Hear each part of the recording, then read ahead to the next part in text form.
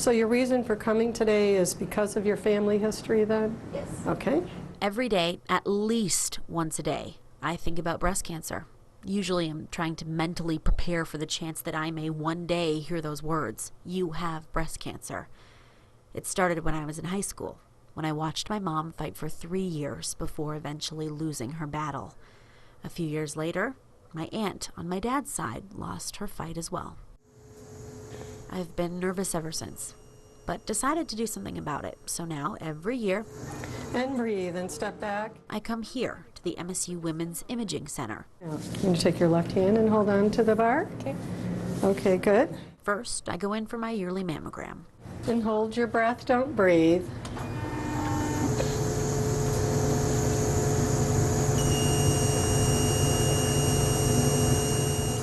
And breathe and step back. Now we're going to do the same position on the left. The entire exam takes about 15 minutes. Hey, how you doing? Okay? Okay, yeah, this one's a little bit Snug. snugger, but we're okay. Chin up, please. Great. I knew because of my family history that my risk for breast cancer was higher. What I didn't know until this exam is that I also have dense breast tissue, which increases my risk even more. Your breast tissue would be considered heterogeneously dense, and what we're looking at is the white tissue is the dense tissue. The dark tissue over here is the fatty tissue. There are 4 categories: fatty, scattered, heterogeneously dense, and extremely dense. Being considered heterogeneously dense or extremely dense means that I'll be getting a letter in the mail informing me of the condition and that I might want to talk to my doctor about additional testing. Basically, the denser the tissue, the easier it is for breast cancer tumors to hide in a mammogram. We're looking for calcifications. We're looking for clusters, groups of calcifications. And there's one here. See another little white one right here. Oh, okay. But it's not a cluster, so it's nothing we're concerned about. But I could see why it would be easy to hide in all that white Right. density. Right. Thankfully, Dr. Anderson didn't find anything concerning on my mammo. But I wasn't done yet. Because of my family history, again, and dense breasts, my doctors recommended I stop by here next, the MSU Department of Radiology, for a breast MRI. You're going to hear the knocking noise, and it'll last for about a minute. They wouldn't let me record the actual process, but we all think it's important to show you what I went through. The machine looks and sounds a little intimidating, but it's absolutely pain-free, aside from having an IV put in beforehand. During this scan, you're going to feel the contrast being injected into your arm. It might make your arm feel cool.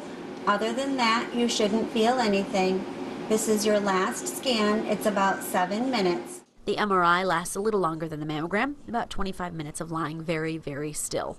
My last stop, a quick checkup and meeting with my other doctor to discuss my results and any other concerns I may have. Any breast lumps, skin changes, nipple discharge, anything like that? Nope.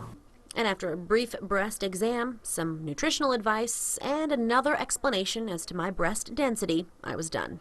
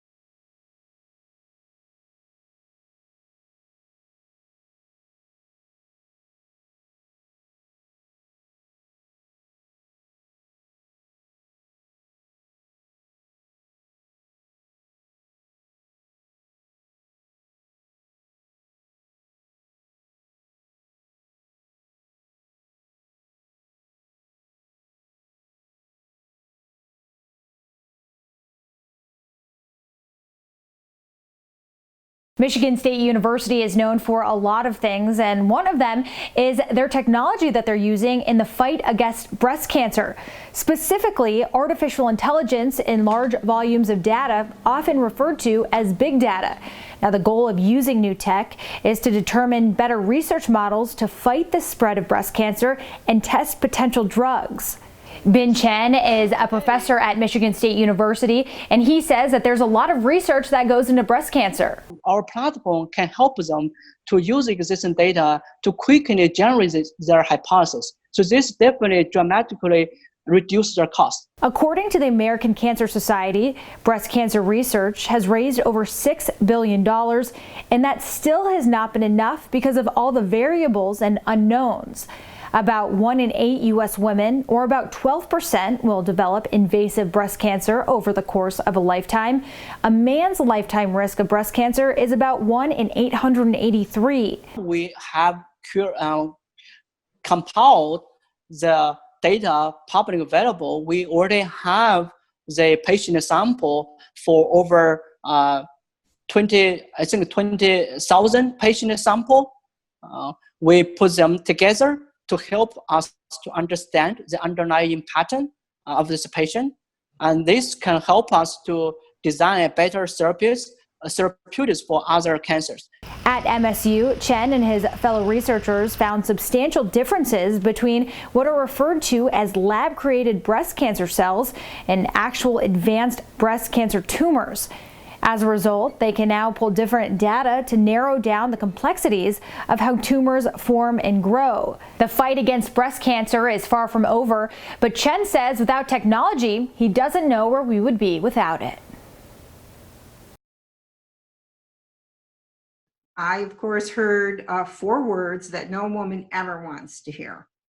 And I heard the words, "You have breast cancer." It was 2013 when Sharon Blizzard was diagnosed with breast cancer. But after battling it for a year, she's now a survivor. I was actually determined to beat cancer.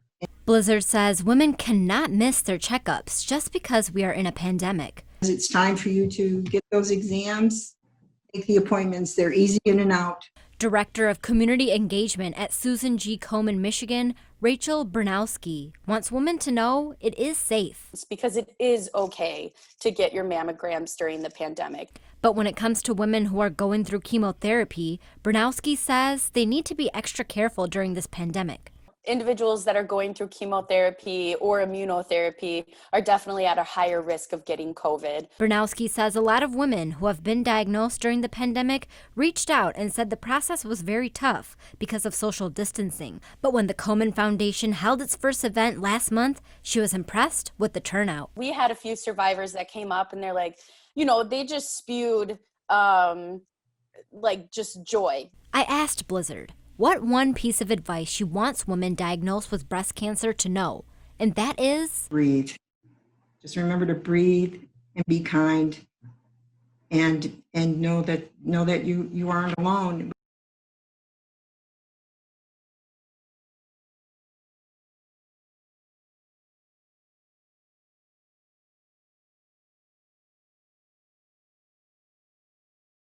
Every Greek chapter across the nation has a designated cause. Our philanthropy is breast cancer education and awareness. Shay Ward is philanthropy chair of Zeta Tau Alpha at Michigan State University. She says for the sorority, it's all about stressing the importance of breast cancer education on MSU's campus. So we really just emphasize learning the warning signs, the symptoms, and how to check yourself, and what to look for, what not to look for. 1 in 8 women will get breast cancer in their lifetime, so we as an organization of women are really empowered by the fact that we can kind of use our sisterhood to come together and really just make an impact. And we always say we're trying to make 1 in 8 none in 8. For the past 2 years, the sorority says it has raised more than $20,000 for the Bright Pink American Cancer Society. Around Valentine's Day, we will open up to the public to order a bouquet of flowers for somebody in the East Lansing area.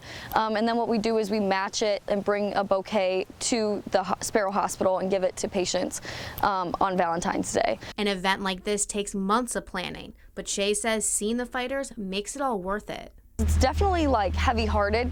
It's kind of hard to just to put yourself in that position, but I think it's really rewarding because and eye-opening. It gives girls the opportunity to see that what we're doing is making an impact. You know what cancer is, you know what chemo is, but it's different when you see it. When you see someone, spending their days in the hospital, hooked up to a machine, on a Monday or Tuesday, fighting a disease that they didn't deserve. Here for you in East Lansing, Jordan Galkis, 6 News.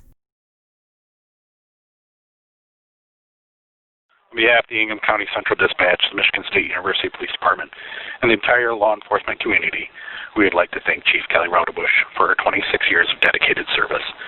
Bittersweet words for Kelly Raudebush, Michigan State University's first female chief of police. Her workers say she exemplified courage, strength, and perseverance as a law enforcement leader. But she's depending on those virtues even more now as she battles breast cancer for the second time. In April of 2015, I felt a lump, went and had it examined and found out that I had stage 2B triple negative breast cancer, and that started my journey there. After going through a year and a half of surgeries and treatments, Kelly's cancer was gone. Because when you have early stage cancer, breast cancer, stage 1, 2, or 3, they really throw all the guns right at it, and it's very aggressive because they're seeking a cure, because it can be cured at that point. And so I went through all of that, and it was pretty tough. Then, after 3 years of being cancer-free, she started coughing and developed a sore throat. And I looked at my mouth, and I had a mass on the back of my tongue that had never been there before. So I immediately thought, it's back. Her premonition was right. Her breast cancer had returned with a vengeance. She started getting severe headaches, so doctors did an MRI on her brain, and what they found was devastating. And I had about 20 lesions in my brain. For that, they treated it with whole brain radiation. And then also they did a PET scan of my body, and it was everywhere. It was in my lymph nodes, it was in my lungs, it's all over throughout my skeleton. This time, her cancer is stage 4, a terminal diagnosis. Kelly knows she has a rough road ahead of her, but she's going to keep fighting and not let cancer steal her zest for life. I was really bad off. Like, I'm super surprised, and I think my physicians would agree that I'm still here because of how bad I was. Kelly is currently taking oral chemotherapy and getting radiation therapy, which is producing results. But she says it's the COVID pandemic that's really making things difficult. You know, I have what I feel is an end time, an end limit. I don't know when it's going to be, but it's probably sooner than most other people. And, you know, it's sad to think that there's things that I could be doing right now, like my bucket list stuff, and you can't do it because of COVID. Despite knowing what the future holds, ultimately, she's determined not to give up. What gives me hope is just knowing that I can have another day with my family. From doing things like this can raise awareness. Listen to your body. Get things checked out. Know that it can happen, even when you're young. And just be aware. I'm going to keep going as hard at life as I can until I can't. Kelly, the bravery you have shown us in your journey as you continue to battle cancer has been an inspiration to all of us. You and your family will always have an everlasting and eternal support in your fight, and we will be forever by your side.